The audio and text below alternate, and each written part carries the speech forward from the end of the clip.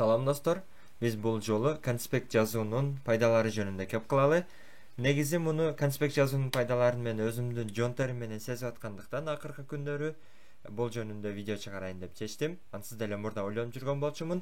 Конспект жазуунун анда эмесе 7 артыкчылыктары, 7 пайдасы жөнүндө айтабыз. Анан бул пайдаларды мен каяктан таптым десеңер, мурдакыдай эле өзүмдүн тажрыйбам, бирок эң башында интернеттен бир канча булактарды карап туруп, анан мага жакканын тандап, анан арасына өзүмдүн ойлорумду, өзүмдүн тажрыйбаларымды коштум. Анда кеттик. Биринчиси эле кечирим сураймын, мен тапкан маалыматтарды кыргызчага которуп жетишпедим. Анткени азыр өзүм онлайн сабактарым болуп атат. 4-курста, университетте 4-курста окуп атамын. Сабактар баары онлайн болуп атат. Анан эмне мен буларды которуп чыгыш үчүн дагы көбүрөөк убакыт кетет. Бирок биз маалыматтын тили эмес, маалыматтын мааниси маанилүү болгондуктан азыр мен которуп кете берем. Анан жалпы буну талкууласак болот деп ойлойм. Анда биринчи эле конспект жазуунун биринчи артыкчылыгы бул эмне экен? Бул биздин бир нерсеге көңүл коюу жөндөмдүүлүгүбүздү жогорулатат экен. Мисалы көп бизди алаксытышы мүмкүн да бир нерселерчи. Мисалы дейли биз конспект жазбай эле китеп окуп аткан болсок, эмне болот? Бизде телефондон звонок келип калса, же болбосо Instagramдан бирөө лайк баскан болсо дейли, же башка нерселер болсо эмне болобуз? Оңой эле алаксып кетебиз. Анткени биз мындай эч нерсе кылбай отурабыз. Ал эми конспект жазып атканда болсо, бир нерсеге маани берип отургандыгыбыздан бизде бул мындай бир нерсе жазып, бир нерсе менен алек болгондуктан бизди уже бул учурда бизди бул нерседен токтотуу бир аз кыйынчылыкты туудурат. Анан экинчи пайдасы.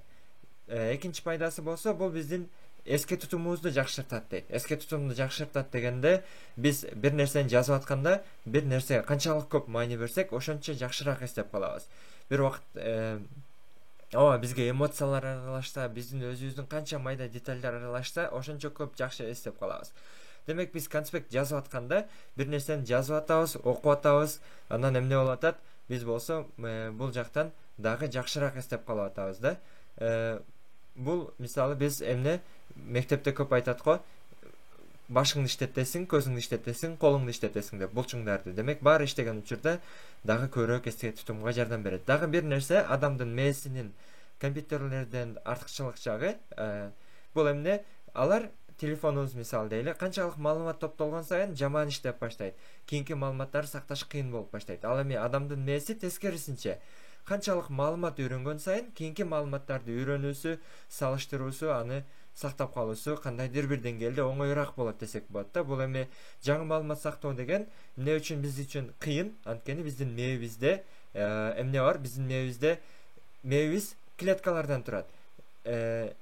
Мээнин клеткалары нейронный пути деп коет го, нейрондук байланыштар, нейрондук клеткалар бар, бул мээде клеткалар. Анан биз жаңы маалымат сакташ үчүн эмне болот? Ал жактагы клеткалар жөн эле мынтип аралашып жүргөн болсо, ал иреттүүлүк жок, эч нерсе сакталган эмес, жөн эле колдонулбай турат. Эгер биз жаңы маалымат үйрөнгөндө жаңы бир байланыштар түзүлөт. Ошол байланыштар түзүлүп, клеткалар жаңы бир түрдө байланышса, биз жаңы маалыматты мээбизде сактап калдык десек болот. Анан биз канчалык мээбизде көп нерселерди үйрөнсөк, көп жаңы нерселерди сактасак, мээбизде ошончолук көп бөлүгүн колдонуп калабыз. Канча жаштан кийин биз колдонбогон мээнин бөлүктөрү, алар жөн гана эмне болот? Колдонулбай калган, эч нерсеге болбогон бөлүктөрү жөн эле чирип кете берет да. Колдонулган бөлүктөр сакталып калат. Ошондуктан биз канчалык мээбизди көп колдонуп калсак, анда көп кийин жашыбыз өткөн сайын жок болуп кетүүдөн сактайбыз десек болот. Эми бул бир аз темадан кичине алыстап кетти болушу мүмкүн. Андан кийин болсо, үчүнчү нерсе бул extend your attention span дейт. Же болбосо сен бир нерсеге көңүл бурган убактыңды жогорулатат дептир. Бул биринчи менен бир аз окшош экен. Биякта эмне дейт? Жанагын айтып атат, биз мээбизди иштетип, көзүбүздү, колубузду иштеткенде көбүрөөк практика кылып атабыз. Анан кийин биз болсо, биз көбүрөөк мындай алаксыбай бир нерсеге отурабыз деп атат да. Бул биринчи менен үчүнчү бир аз байланышта экен. Мен өзүм кошкон дагы 6-7-лер бар. Ошолор кызыктуу деп ойлойм. Булар дагы жакшы. 4-нчүнү карап көрөлү. Бул мага кызыктуу болду. Приоритеттештирүү, improve your prioritizing skills деп турат. Бул деген сенин бир нерселерди приоритеттештирүү жөндөмдүүлүгүңдү жогорулатат дептир. Мен ручкамды таппай калдым. Приоритеттештирүү деген эмне? Приоритеттештирүү.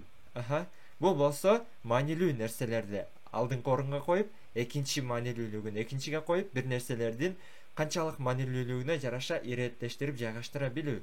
Мисалы, биз муну каяктан конспект жазып атканда бир бет китептин бир барагын кайра ошол бир бетин мисалы көчүрүп жазбайбыз да дептерге.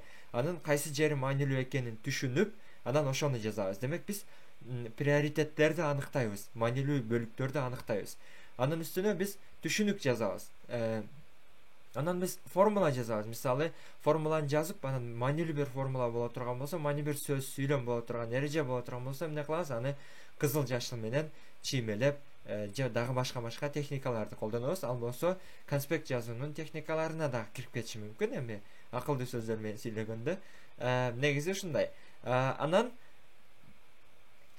бул демек биз бир нерселерди приоритеттештиргенди үйрөнөбүз. Бул жашоодо дагы не үчүн пайдасы тиет? Биз жашоодо мисалы бир жумушту аткарганда баарын эле чекеден аткарып кете бербей, кээде эмне жок, бул маанилүү, биринчи муну аткарайын, бул маанилүү, муну сөзсүз кылайын, кийинкисин коюп турайын, экинчи орунда, үчүнчү орунда деп приоритеттештиргенди үйрөнөт экенбиз. Анан бешинчи нерсе, бешинчи артыкчылыктары, пайдасы бул provides a condensed document for study дейт.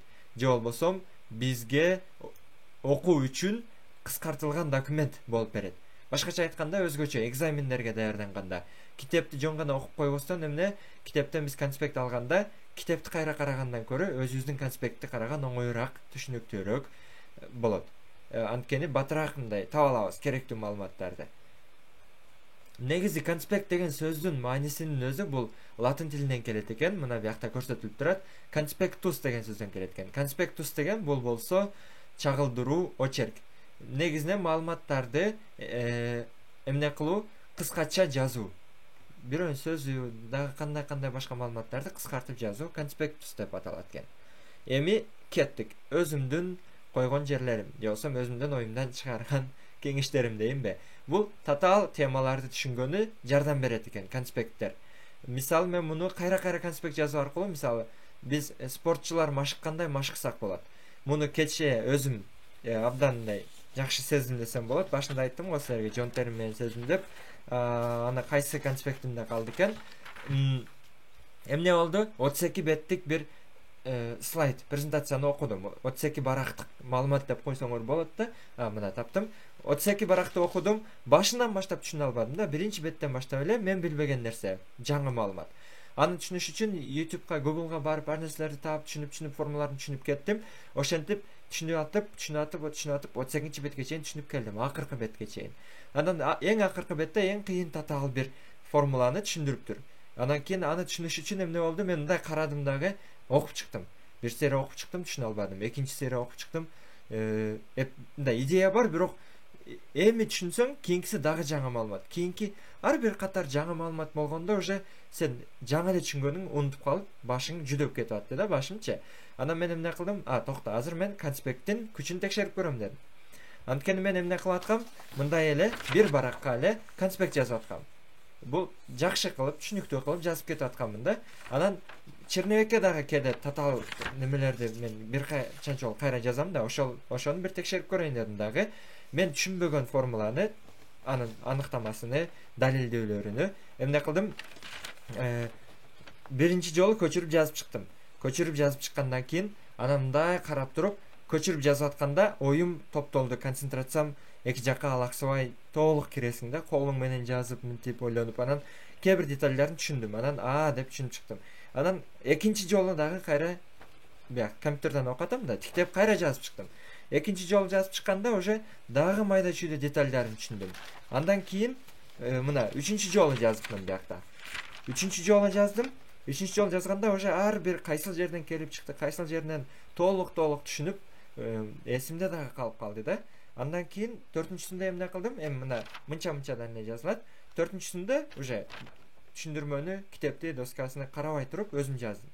Өзүм эстеп жаздым, мындай болот, муну менен бул жоюлат, бул формулада бул F деген бияктан келип чыкты, бул бияктан келип чыкты деп жоюлтуп чыгардым дагы. Анан өзүм баарын түшүнүп аягына чейин компьютерди карабай туруп жазып койдум да, 4 жолу көчүрүп жазгандан. Бул кандай? Мына биякта болсо ушунчадан 4 жолу көчүрүп жаздым, анан жакшы түшүнүп калдым. жана эсте калды. Бул жаттоо эмес, бул кайталоо жана бул практика. Мен буга чейин ушундай мисалдарды көп көрсөм, бир көрүп туруп эле түшүнүп жаттап, оңой эле эстеп калмакмын. Бирок мен бул нерселерди биринчи жолу өтүп атам, биринчи жолу көрүп атам. Анан анын үстүнө мен 5 саат сабак кылдым, 5,5 саат сабак кылдым. Анан 5,5 саатта отурамын да уже. 5,5 саатта башың иштебей калат деген нерсе, эми билбейм, анча деле ишенбейм, бирок уже окугуң келбей башка нерсе болуп баштаган убакыт. Ошондо окугуң келбей атса, эмне конспект жазсаң, айла жоктон мээңди концентрация кылып бересиң да. Сен оюң башка жака кетсе дагы, окуганда оңой кетет, конспект жазып атканда оюң кетпейт. Ошондуктан мен кээде эмне кылам?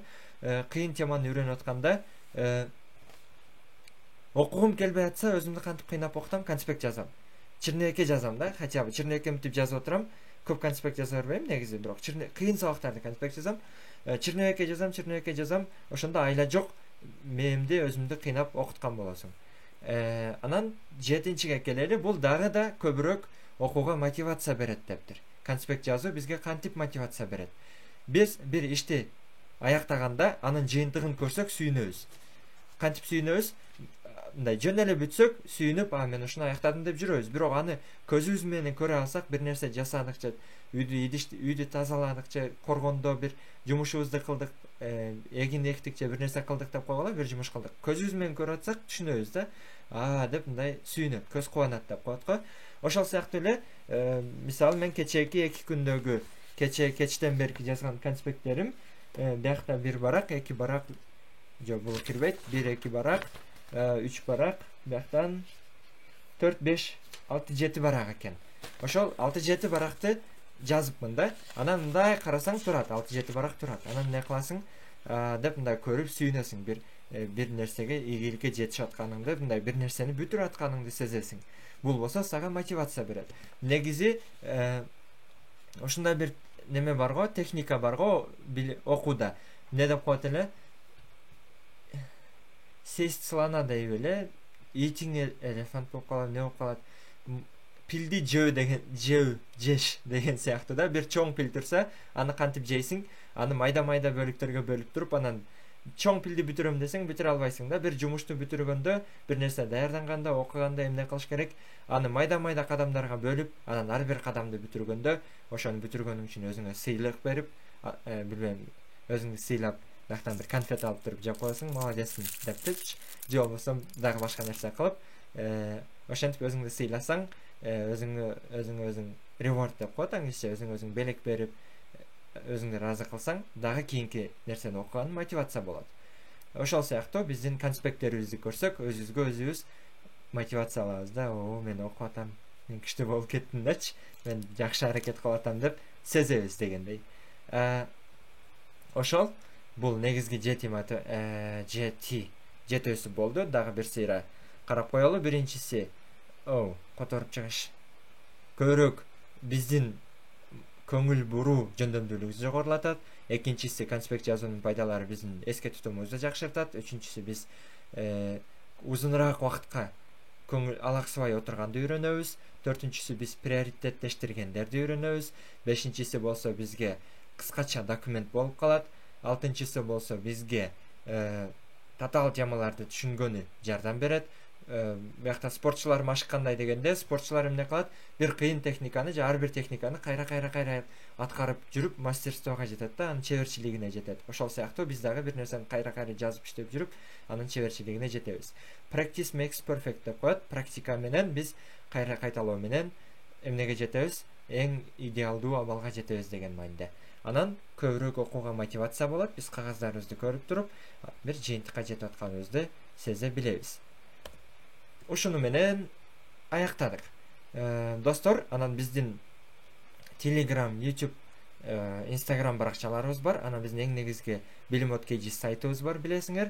Bilimot KG сайтыбыздан математика, химия боюнча курстар, дагы башка сабактар. Азыр болсо ошол экөө бар, бирок дагы биологиялар жасалып атат, да башкалар жасалып атат. Алар 2021 жыл мартка, азыр биз март айындабыз, бүтпөй атат, бирок бүтүргөн аракет кылып атабыз дегендей. Негизи биздин бардык сабактарыбыз YouTube'да аз эле видео сабактарыбыз бар. Биздин бүт сабактарыбыз болсо YouTube'да 5%га дагы жетпейт. 100%ы баары биздин сайттан тапсаңар болот. Андан сырткары биздин YouTube каналда көпчүлүк көрүүчүлөр мисалы эмне кылбайт, биздин видеону көрөт, бирок бизге катталган эмес. Аны биз аналитикадан көрө алабыз YouTube'дан. Ошондуктан коңгуроону басып, каналга подписаться басканды унутпагыла, анан жанагыны унутпагыла, коңгуроону басып койгула, чтобы биз жаңы видео чыгарганда силерге билдирме барсын.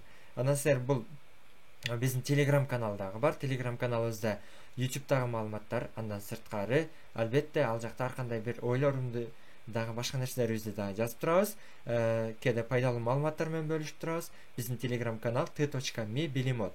Же болбосо Telegram поисктен эмне деп издегиле, билимод деп издегиле. Каналдын толук аты белгисиз маршрут, кашан ичинде билимод. Ал жакта жалаң гана жырыт эмес, көптөгөн жыртынан сырткаркы маалыматтар дагы бар. Ошол анда көңүл бурганыңарга чоң рахмат. Дагы башка даярдык боюнча же болбосо жалпы эле кандай суроолор болсо берсеңер комментарийге жазгыла, жооп бергени аракет кылабыз.